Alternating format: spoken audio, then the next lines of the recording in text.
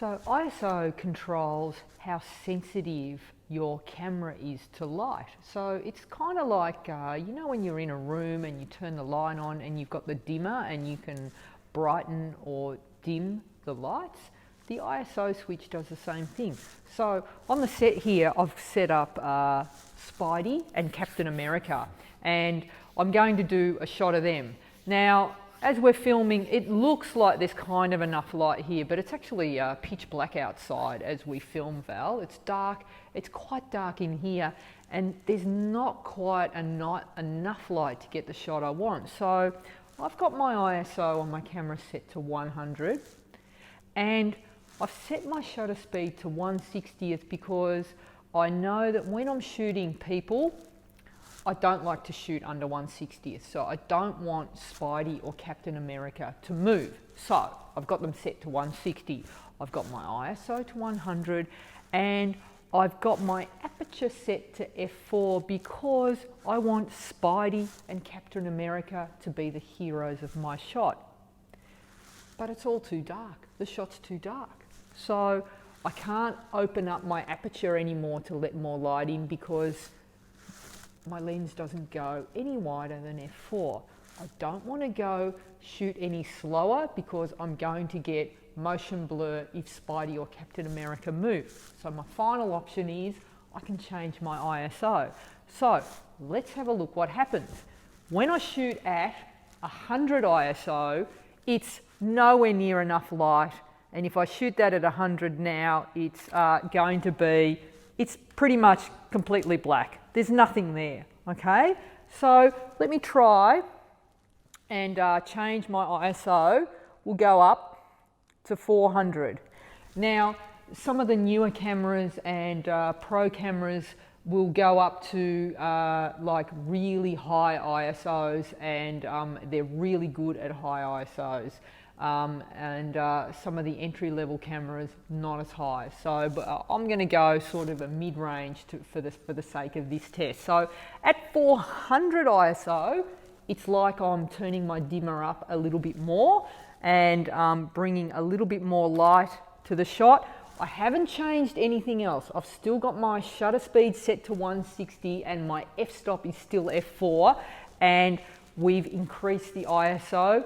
Now I'm starting to get the start of an image a bit brighter. We can do better than that. So let's bring a bit more light into the frame, and let's up our ISO and go to 800. All right, and now we're starting to get brighter still. It's starting to look good. All right, at 800. So it's like we've got the dimmer switch and we're turning it up. We're adding more light into the frame by increasing our ISO. So let's add a bit more light into that image, and we go to 1600. All right, again, nothing's changed, but have a look at the image. The image is getting brighter. I've gone to an ISO of 1600 and it's almost looking like daylight. We'll go one more step. Let's go up another notch. So we'll go to 4000. All right, so I've got an ISO of 4000, and have a look at that.